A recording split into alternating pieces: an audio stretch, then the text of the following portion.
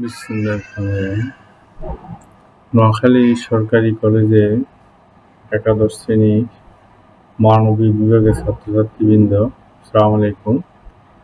আশা করি তোমরা ভালোই আছো। তো ভালো সব নাই, তোমাদের নোয়াখালীতে লকডাউন চলতেছে, এখন সারা দেশে লকডাউন আসতেছে।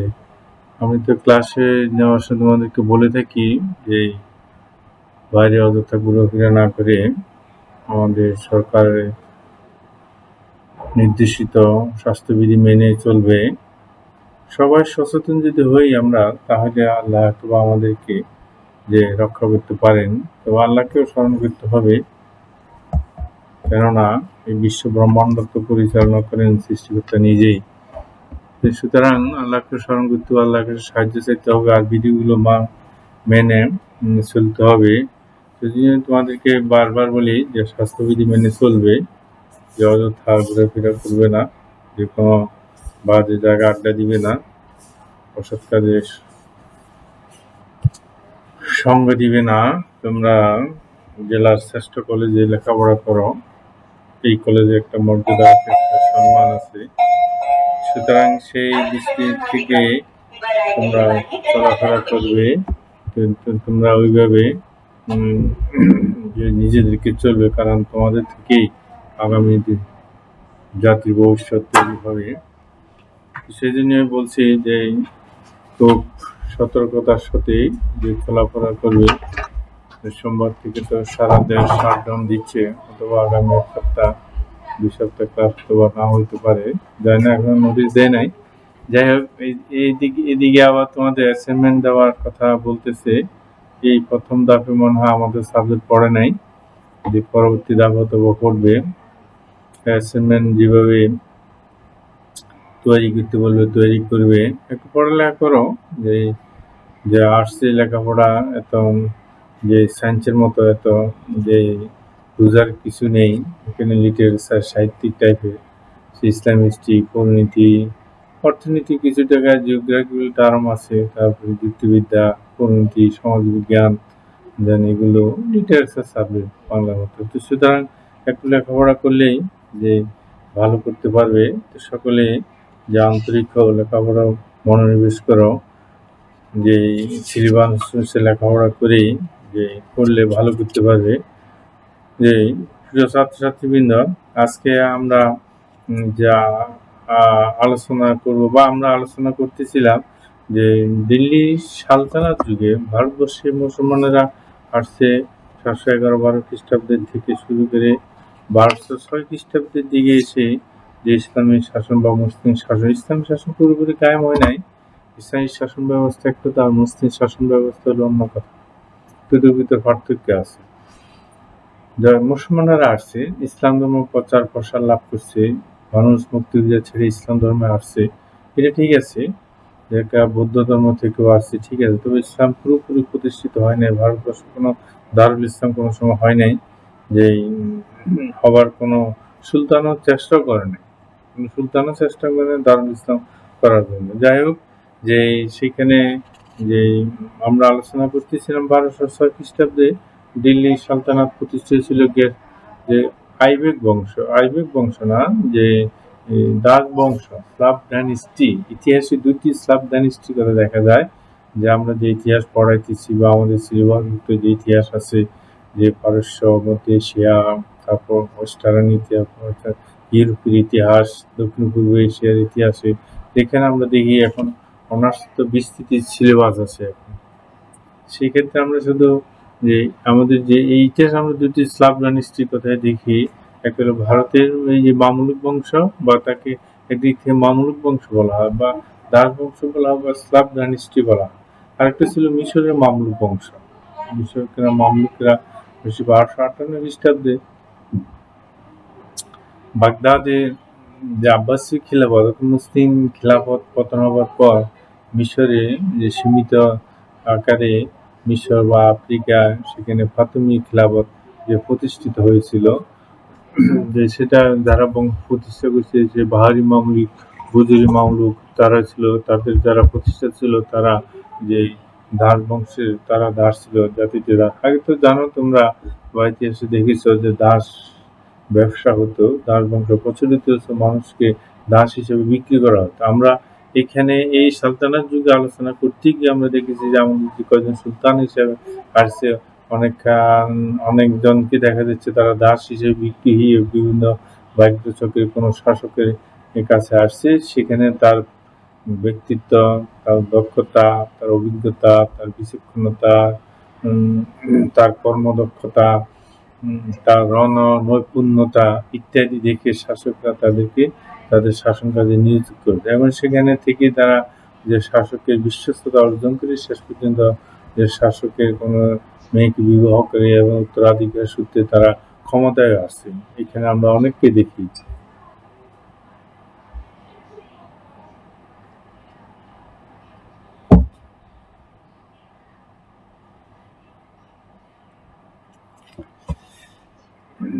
এমন মিশরের মামলুক বংশে এরা আবার দুইভাবে বিভক্ত। একটা ছিল বাহাদুর মামলিক, একটা বুজুর্গ মামলুক। কোনো সময় যদি সিলেবাসের অংশ বা আলোচনার বিষয়বস্তু তাহলে বিস্তারিত আলোচনা করব। যে তোমাদের প্রথম পেপারে সম্ভবত কিছুটা আছে সিলেবাসে, যে সেখানে উত্তর আফ্রিকা, ফাতিমি খিলাফত বা ফাতিমি খিলাফত আলোচনা করতে গিয়ে সেখানে বাবা ফাতিমি খিলাফতের পরে যে মামলুক বংশ সেটা আসছে, ক্ষমতা আসছে তার। যাক আমরা সেখানে যে দাস বংশ গেছে, তারপর আমরা খলজি বংশ গেছে, এখন আমরা তুগলক বংশ আলোচনা করতেছি। Third generation, third dynasty. এখানে 5টি জেনারেশন।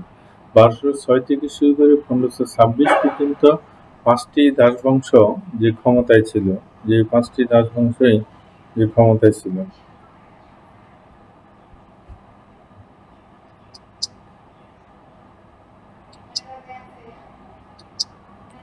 5টি দাস বংশই যে ক্ষমতায় ছিল, যে আমরা বলতেছিলাম যে দিল্লি সালতানাতে যে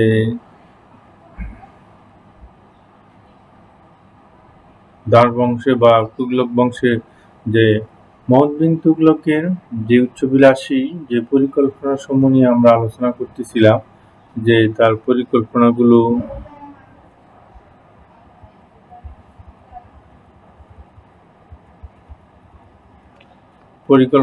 নিয়ে আমরা আলোচনা করতেছিলাম, যে যে গত ক্লাসে আমরা আলোচনা করেছি যে মুহাম্মদ বিন তুগলক যুগের বিস্ময়কর ছিল।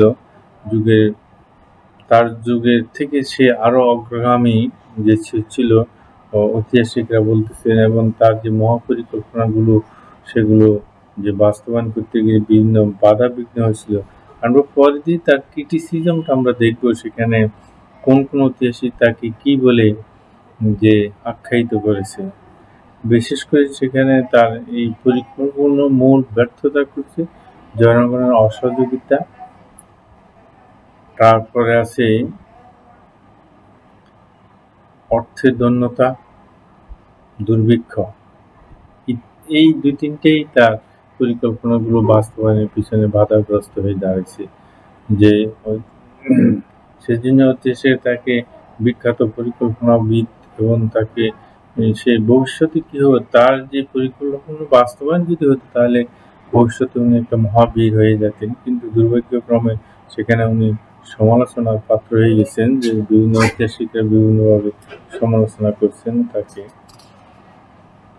আমরা আলোচনা করতেছিলাম যে তার উনি দিল্লিতে প্রত্যাবর্তন করতে বাধ্য হয়। এরপরে উনি খোরাসান অভিযান 1327-28 খ্রিস্টাব্দে খোরাসান, ইরানে খোরাসান একটা প্রদেশ আছে এখন, সেখানে ইলখানি বংশে যে শাসন করতেছিল, যে সেখানে তো এখানে তার দরবারে কয়েকজন আশ্রয়প্রাপ্ত খোরাসানি অভিজাত সম্প্রদায়ের লোক ছিল। তারা সুলতানকে ইনফ্লুয়েন্স করছে যে আমরা দিল্লি কিছু শুধু যে খোরাসান অভিযান করার জন্য। এদিকে তাকে যে ট্রান্স অক্সিয়ানা হচ্ছে যেখান থেকে যে আমরা মধ্য এশিয়ার তমিলঙ্গের উৎপত্তি হয়েছিল, সেখানে একটি সাম্রাজ্য সৃষ্টি হয়েছে। তমিলং, হিন্দি মঙ্গল, আর এদিকে দিল্লি সালতানাত, আর পারস্যে যে ইলখানি বংশ। এই 4টি অঞ্চল নিয়ে এগুলো সবগুলো হচ্ছে যে পূর্ব এশিয়া বা মধ্য এশিয়া মিলেই, যে আমরা যদি বলি আমাদের ভারতবর্ষ আছে, ইরান আছে, ইরান বা ভারতবর্ষ থেকেও উত্তর পূর্ব দিকে, যেটাকে ট্রান্সঅক্সিয়ানা বলতেছে, যে যে সেখানে এই ট্রান্সঅক্সিয়ানার শাসনকর্তা তারমাসিন এবং মিশরের মামলুক সুলতান আর নাসির কর্তৃক সব ধরনের সাহায্যের আশ্বাস দিয়েছিল। তারা মিশরে যে বলছিলাম মামলুক, এই নাসির সুলতান এরাও মামলুক বংশের অন্তর্ভুক্ত ছিল। তখন এই মামলুক বংশ যে ক্ষমতায় ছিল, যে ফাতিমীয় বংশের পরে মামলুকেরা যে ক্ষমতায় আসে। ফাতিমিরা ৯০০, এখন আমার মনে পড়ছে, ৯০৯ খ্রিস্টাব্দে ফাতিমিয়ারা যে মিশরে মামলুক বংশ প্রতিষ্ঠা করেছিল, ফাতিমীয় বংশ প্রতিষ্ঠা করেছিল।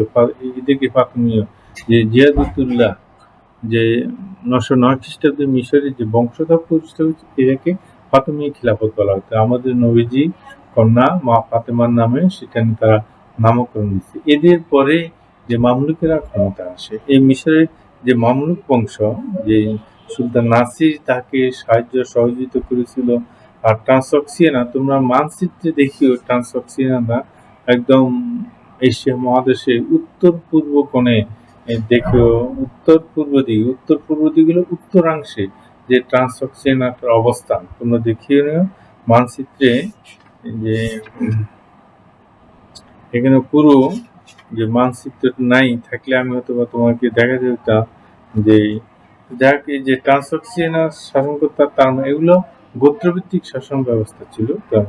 তারপর মিশরের মামলুক সুলতান তাদেরকে সহযোগিতা করে বলছিল যে তখন খোরাসানের শাসন করতেছিল ইলখানি শাসক আবু সাইদ। আবু সাইদ ছিল তার দুর্বলতার সুযোগ নিয়ে যে মোহাম্মদ তুগলককে এরা ইনফ্লুয়েন্স করছে যে খোরাসান এবং ইরাক অধিকার করা। ইরান আর খোরাসান ইরানে করছে, যে এই দুটি অঞ্চল দখল করার জন্য তাকে প্রেরণ। চতুর্থ যে কারণ ঐতিহাসিকরা বলতেছেন যে খোরাসানে আর্থিক সমৃদ্ধি এবং ধনসূর্য লাভের আকাঙ্ক্ষা। তোমরা জানো যে ইরান প্রাচীন সভ্যতার দেশ, সেখানে একটা পারস্য সভ্যতা ছিল। তারা ধন সম্পদে অনেক, এখনো ইরান যে বিশ্বের বুকে একটা অবস্থান নিয়ে আছে, যার কারণে পাশ্চাত্য শক্তিগুলো তাদেরকে বারবার যে চাপিয়ে রাখতেছে বা রাখার চেষ্টা করতেছে। তারা পারমাণবিক শক্তির অধিকারী, যে যে যে যদিও তারা শেয়ার, কিছুদিন আগে তাদের গত সপ্তাহে তাদের ইলেকশন হয়েছে, সম্ভবত নতুন প্রেসিডেন্ট আসছে। যে এই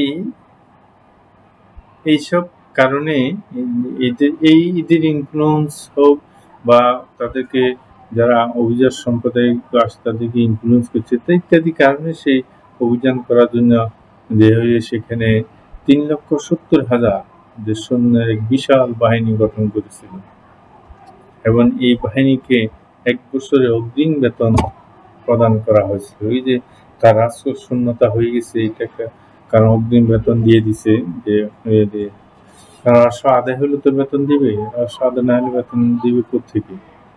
যে তাদেরকে বেতন দিয়ে দিছে, দিয়ে এই অভিযানের জন্য প্রেরণ করে এসেছে। দুর্ভাগ্যবশত এই অভিযানটা ব্যর্থতা পর্যবসিত হয়, সেখানে অনেক হাজার হাজার সৈন্য যা তা নিহত হয়। না, এখানে সে অভিযান করে নাই, যে অভিযান সৈন্য ক্ষয় হয়েছিল, কারা ছিল অভিযান, চীনের যে অভিযান করতে গিয়ে সেখানে। এখানে তার ব্যর্থতার মূল কারণ হিসেবে ঐতিহাসিকেরা বলতেছেন, বা আমরা ইতিহাস পাঠান্তে যেটা দেখি, চন্দ্রমঙ্গলা মোহাম্মদ বিন তুগলকের এই পরিকল্পনার ব্যর্থতা পর্যবসিত হয়। ঐতিহাসিকদের দিগ্বিজয়ের পূর্বে স্বদেশে আধিপত্য সুদৃঢ় করা সম্ভব হয় নাই।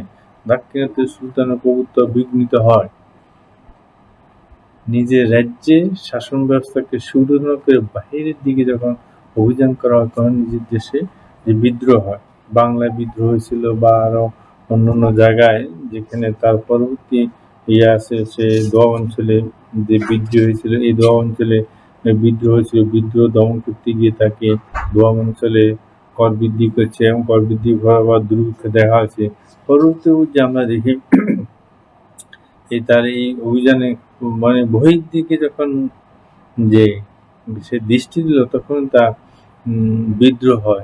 এই বিদ্রোহগুলোকে দুই ভাগে ঐতিহাসিকরা ভাগ করছেন, প্রথম দিকে বিদ্রোহ, পরের দিকে বিদ্রোহ। সেখানে মালবী বিদ্রোহ, লাহোরি বিদ্রোহ, বাংলা বিদ্রোহ, দৌলতাবাদী বিদ্রোহ, কারা প্রদেশে বিদ্রোহ, বিদরের বিদ্রোহ, গুলবাগের বিদ্রোহ, অযোধ্যার বিদ্রোহ, শাহাবকানের বিদ্রোহ, এই বিদ্রোহ হতে সেজন্য ঐতিহাসিকরা বলছেন যে দিগ্বিজয়ের পূর্বে নিজের সে নিজের শাসন ব্যবস্থাকে যে শক্তিশালী না করে যে বাহিরাষ্ট্রে অভিযান করাটা যে সুলতানের জন্য যে ভুল হয়েছে।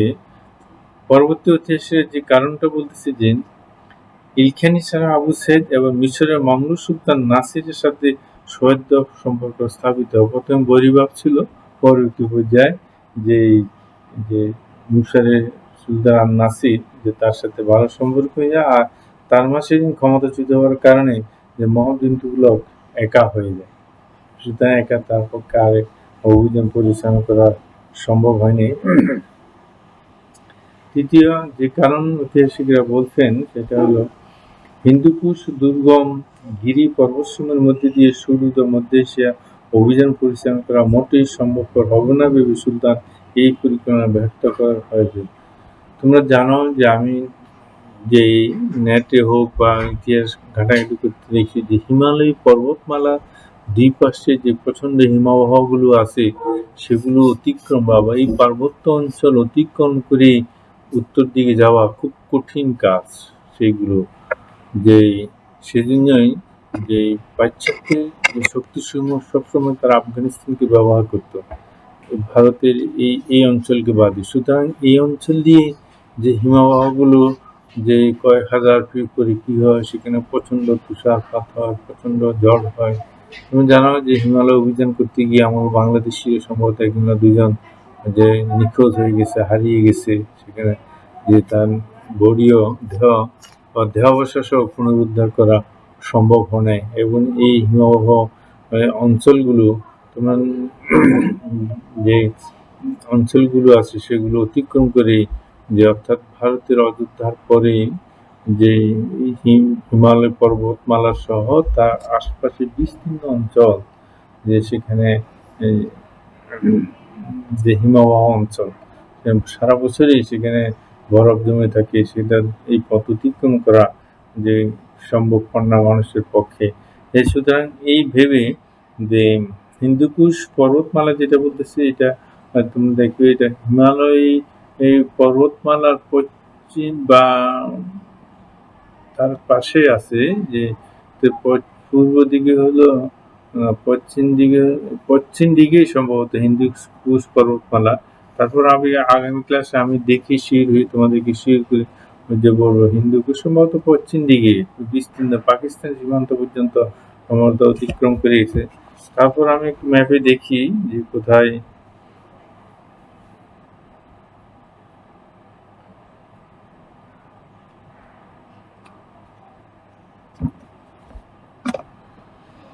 আমি তোমাদেরকে যে বই থেকে পড়াইতেছি সেটা হচ্ছে অনার্সের বই। আমাদের বইতে যে সীমিত আলোচনা, এই আলোচনা বেশিক্ষণ করা যায় না। যে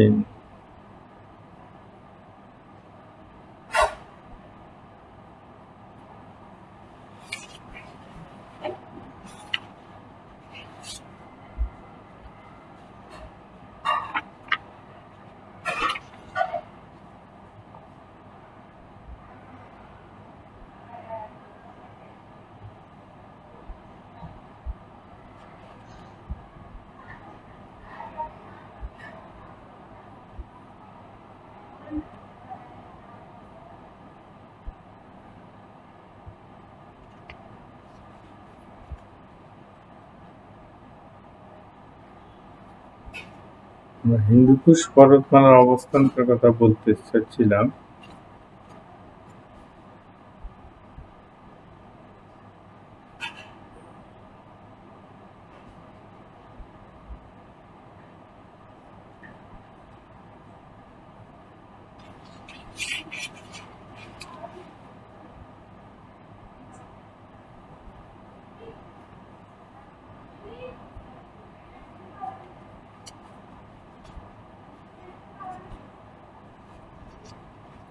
যে আমাদের সম্ভবত আধুনিক মধ্যপ্রাচ্যের ইতিহাস ওই বইয়ের ভিতরে ম্যাপটা আছে সম্ভব। আমি খোঁজ করে আগামী ক্লাসে দেখতে চেষ্টা করব। যে তোমাদেরকে দেখানোর জন্য হিন্দু কুশের অবস্থানটি কোথায় কি আছে সেখানে তার আশেপাশে অনেকগুলো হিমবাহ তথা যে হিমালয় পর্বতের সুতরাং এটা অতিক্রম করা যে সুলতানের এই পক্ষে সম্ভব না বা সৈন্যদের পক্ষে উনি এটা পরিত্যাগ করেছেন।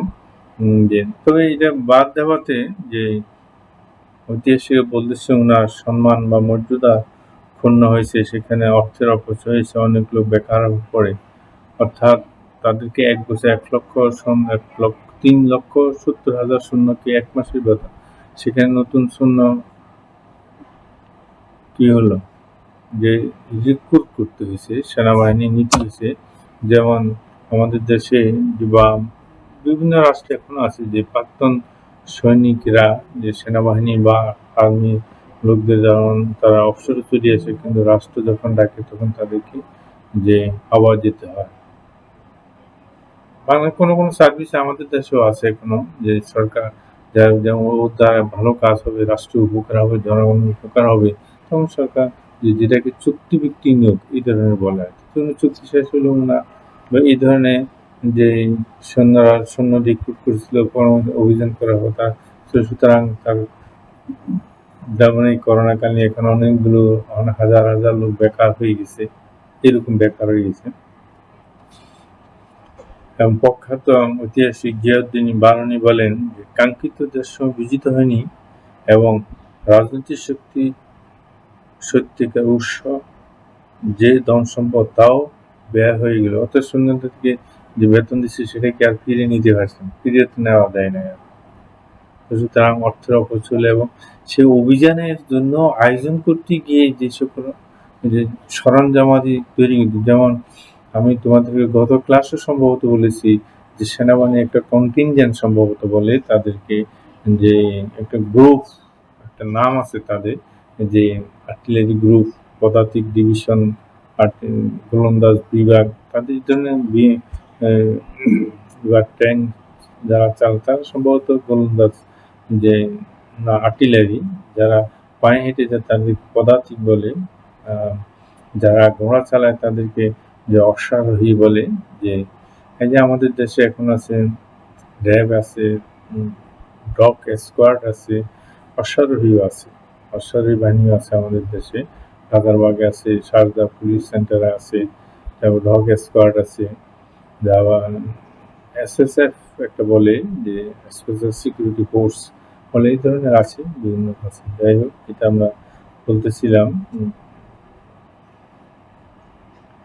যে এরা যখন যে এক জায়গা থেকে অন্য জায়গায় যায়, তখন তাকে যাওয়ার জন্য তাদের যে প্রস্তুতি, সেখানে অনেক টাকা খরচ হয়। তাদের আগে তো পায়ে হেঁটে বা খচ্চর গাদা উঠে করে মাল বহন করে হেঁটে সৈন্যরা যাইতো, এখন তো না, এখন তো যান্ত্রিক হয়ে গেছে। তোমরা দেখিও যদি যে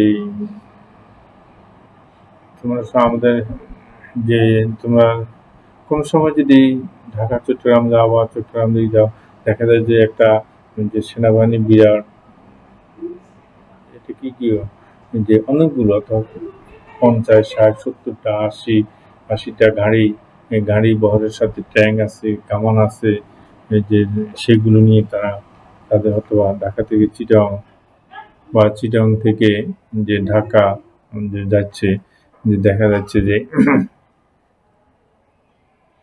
তো সুতরাং এই যে তাদের যে প্রস্তুতি, তাদের যে অভিযান, সেখানে লক্ষ লক্ষ টাকা যে ব্যয় হয়ে যায়। সুতরাং যে কাঙ্ক্ষিত বিজয় অর্জন হয় না, অভিযান করে নাই, কিন্তু সেক্ষেত্রে দেখা গেল যে তাদের যে অর্থের অপচয় হয়েছে। এই তার ব্যর্থতার কারণ, যে তার খোরাসান অভিযান করতে গিয়ে যে সেখানে বিশেষ করে দুর্গম পথ, এই দুর্গম পথের কারণে আর যারা তাকে সাহায্য এবং সহযোগিতা করে বলছে তারা পিছিয়ে দিয়েছে। তারপরে যে কারণটা ঐতিহাসিকরা বলছেন যে প্রতীক তাম্রমুদ্রার প্রচলন 1329-1330 খ্রিস্টাব্দের দিকে যে সুলতান যে এই অভিযান যে গ্রহণ করেন। প্রতীক তাম্রমুদ্রা কি? মুদ্রা হল বিনিময়ের একটি মাধ্যম।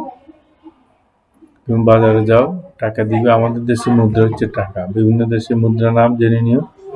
যে আন্তর্জাতিক মুদ্রা এখন ডলার, যেটাকে বলা হচ্ছে ডলার, আমেরিকান ডলার এটা। তারপরে ইরাকি দিরহাম সম্ভবত, তারপর সৌদি আরবের রিয়েল, ভারতের রুপি, পাকিস্তান রুপাইয়া, বাংলাদেশের টাকা, তারপর কুয়েতের দিনার, কাতারের দিরহাম।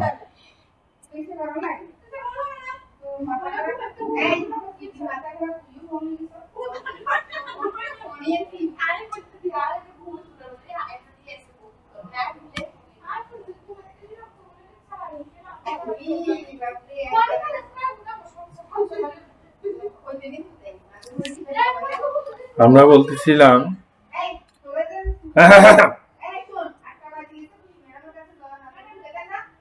বলতেছিলাম যে ফতিক ধর্মমুদ্রার প্রচলন, যে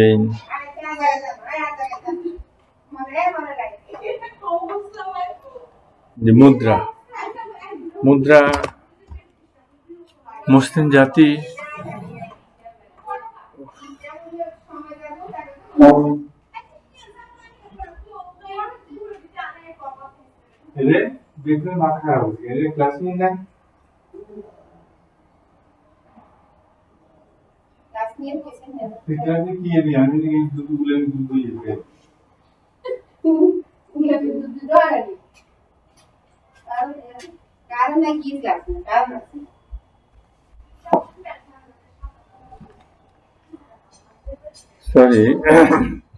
যে আমরা বলতেছিলাম যে ফতিক ধর্মমুদ্রার যে প্রচলন, যে মুদ্রার কথা বলতেছিলাম, যে আমাদের যে নবীজি যে খিলাফত প্রতিষ্ঠার যে খিলাফত কাল, তারপরে উনার সময় খোলাফার 80 দিনে 661 সাল পর্যন্ত যে কোনো মুসলমানদের বা যে স্বতন্ত্র কোনো মুদ্রা ছিল না। এটা উমাইয়া খলিফা আব্দুল মালিক, যে উনি ক্ষমতায় আসছেন যে 685 সালের দিকে উনি ক্ষমতা আসছেন। উনি এসে যে মুসলমানদের যে স্বতন্ত্র যে মুদ্রা চালু করেন। এর আগে মুসলমানদের স্বতন্ত্র কোনো মুদ্রা যে ছিল না। তখন ধাতব পদার্থের মুদ্রা ছিল, এবং খলিফা আব্দুল মালিক যে মুদ্রা চালু করেছিল, সেখানে 3 ধরনের মুদ্রা ছিল। একটা ছিল যে দিনহার, দিরহাম এবং ফালস। যে আমাদের এখন যে কয়েন আছে, যে 2 টাকার কয়েন, 5 টাকার কয়েন, যে 25 পয়সার কয়েন, 50 পয়সার কয়েন আছে, এরকম কয়েন ছিল। এবং দিনার হচ্ছে যে স্বর্ণ মুদ্রা। এটা স্বর্ণ দিয়ে স্বর্ণ পদার্থে, তার রূপ। দিরহাম হলো রূপ, আর দিরহাম হলো তামা মুদ্রা। তামা দিয়ে সেগুলো তৈরি করা হতো। এই 3 ধরনের যেসব। এর আগে যে মুসলমানেরা যে সিরীয় বাইজেন্টাইন সাম্রাজ্য থেকে তারা মুদ্রা নিয়ে আসতো। যেমন আমাদের দেশেও যে একসময় আমরা ইংল্যান্ড থেকে, যেহেতু ব্রিটিশরা এদের শাসন করছে, তারা যে আগে স্থানীয়ভাবে যে সকল ছিল সেগুলোকে বাদ দিয়ে তারা তাদের দেশ থেকে মুদ্রা ছাপা নিয়ে আমাদের ভারত উপমহাদেশে বা এই সাবকন্টিনেন্টে তারা মুদ্রা চালু করছিল। যে এখন আমাদের স্বাধীনতার পরও আমরা যে তাদের থেকে আমাদের মুদ্রা যে ছাপায় আনতো, আমরা টাকা তাদের থেকে ছাপা নিয়ে আসতো। এখন আমাদের দেশে যে আমাদের 1980 দশকের দিকে যেহেতু প্রেসিডেন্ট লেফটেন্যান্ট হোসেন মোহাম্মদ এরশাদ ক্ষমতা আসার পর উনি আমাদের গাজীপুরে যে সিকিউরিটি প্রিন্টিং প্রেস নামে একটি প্রেস স্থাপন করে বা প্রতিষ্ঠা করে, সেখান থেকে এখন রাষ্ট্রের গুরুত্বপূর্ণ স্ট্যাম্প বলো, মুদ্রা বলো, সেগুলো সেখানে ছাপানো হয়। সেটাকে টাকশাল বলা হয়। যেখানে মুদ্রা ছাপানো হয় সেটাকে টাকশাল বলা হয়। তার অনেকগুলো বৈশিষ্ট্য আছে, অনেকগুলো যে টেকনিক্যাল দিক আছে যে তৈরি করার জন্য, যেগুলো নকল করতে না পারে। কিন্তু তারপরও যে আমাদের দেশে নকল হচ্ছে, বিভিন্ন সময় এই যে জাল টাকা সহ পাচারকারীকে ধরে ফেলা হয়। বিশেষ করে আমাদের দেশে যখন বৃহৎ আকারে কোনো উৎসব, বিশেষ করে আমাদের উৎসবগুলোতে হলো 2টা ঈদ আছে, বাংলা নববর্ষ আছে, দুর্গাপূজা আছে।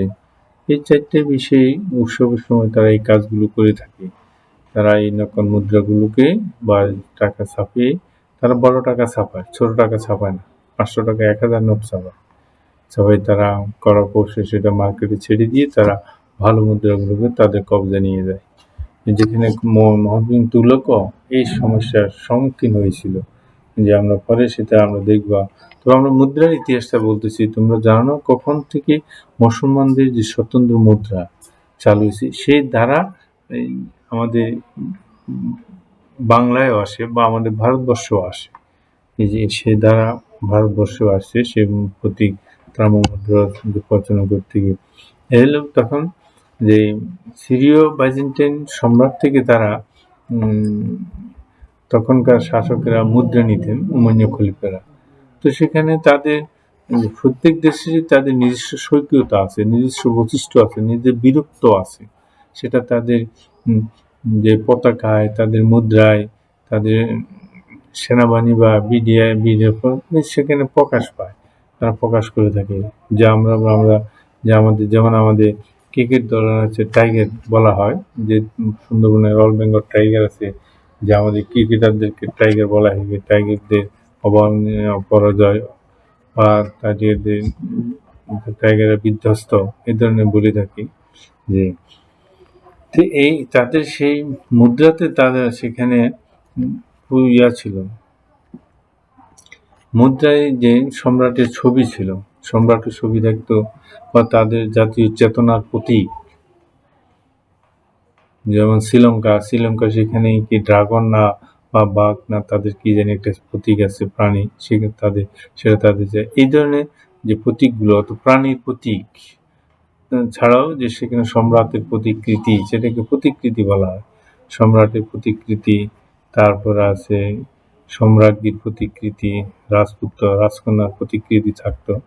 এটা কোনো সময় যে মুদ্রা যে কখন যে উৎকীর্ণ করা হলো বা মুদ্রা কখন ছাপানো হলো বা কখন তৈরি করা হলো, প্রস্তুতিকাল, সেখানে মুদ্রা উৎকীর্ণ, সেখানে একদিককে বলা হতো মুখ্যপীঠ, অন্য দিককে বলা হতো যে গণপীঠ বলা হতো।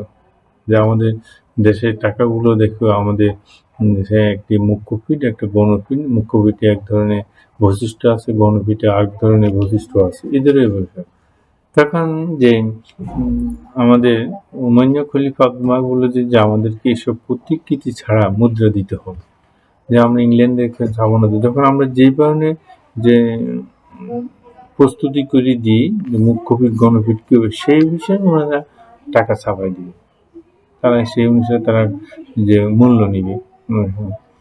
তখন বাইজেন্টাইন সম্রাট সেটা করতে রাজি না, তারা বলতেছে না, এটা আমাদের জাতীয় চেতনার প্রতি আমরা সেটা করতে পারবো। তখন খলিফা বলছে যে ঠিক আছে, আমরা তখন আমাদের থেকে তারা কাগজ নিত, মিশর থেকে এক ধরনের কাপড়, কারণ মুসলমানদেরকে তখন তাদের কাছে কাপড় না কাগজ, তারা বলতেছে না আমাদের থেকে এই কাগজ নিত তারা অন্যান্য কাজের জন্য, যে বলছে যে মিশর থেকে এই কাগজটা উৎপাদিত হতো। তখন আমরা তাহলে আমাদের জাতীয় যে বৈশিষ্ট্য বা আমাদের জাতীয় চেতনার প্রতীক হিসেবে আমরা যে কালমাতে বা উৎকীর্ণ করে দিই লা ইলাহা ইল্লাল্লাহু মুহাম্মাদুর রাসূলুল্লাহ।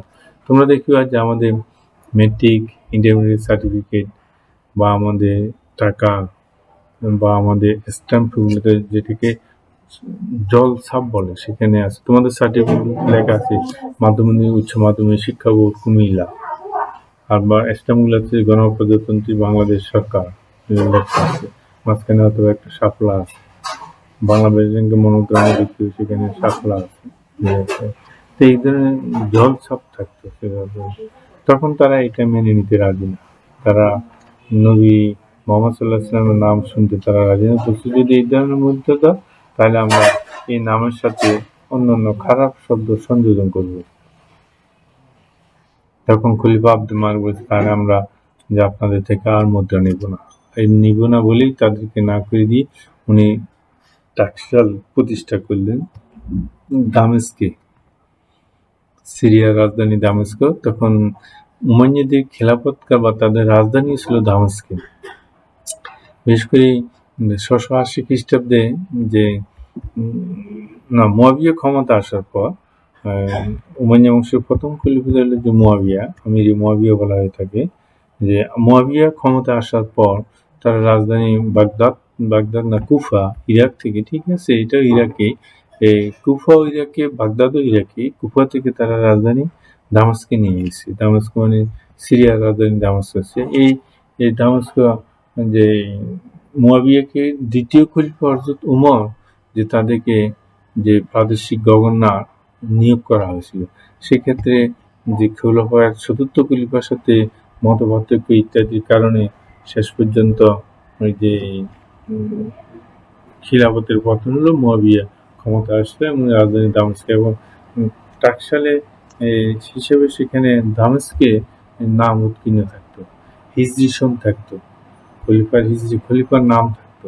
এগুলো মুখ্য করে গণপিঠে থাকতো বা কর্মতে বা চারিদিক থেকে খোলাকা লা ইলাহা ইল্লাল্লাহু মুহাম্মাদুর রাসূলুল্লাহ, আবার অন্য কিছু কলমা শাহাদাত 3 লাইনে এটা উৎকীর্ণ করা হতো। এই দিনার, দিরহাম, ফাস এই মুদ্রা দিয়ে যে সর্বপ্রথম মুসলমানদের মুদ্রা যে শুরু হয়ে থাকে, একটা স্বর্ণ মুদ্রা, একটা রৌপ্য মুদ্রা, একটা হলো তাম্র মুদ্রা। তো স্বর্ণ এবং রৌপ্য এই দুটো দামেস্কের টাকশাল থেকে যে ছাপানো হতো বা যে মুদ্রিত হতো, সেগুলো খলিফা নিজে নিয়ন্ত্রণ করতেন।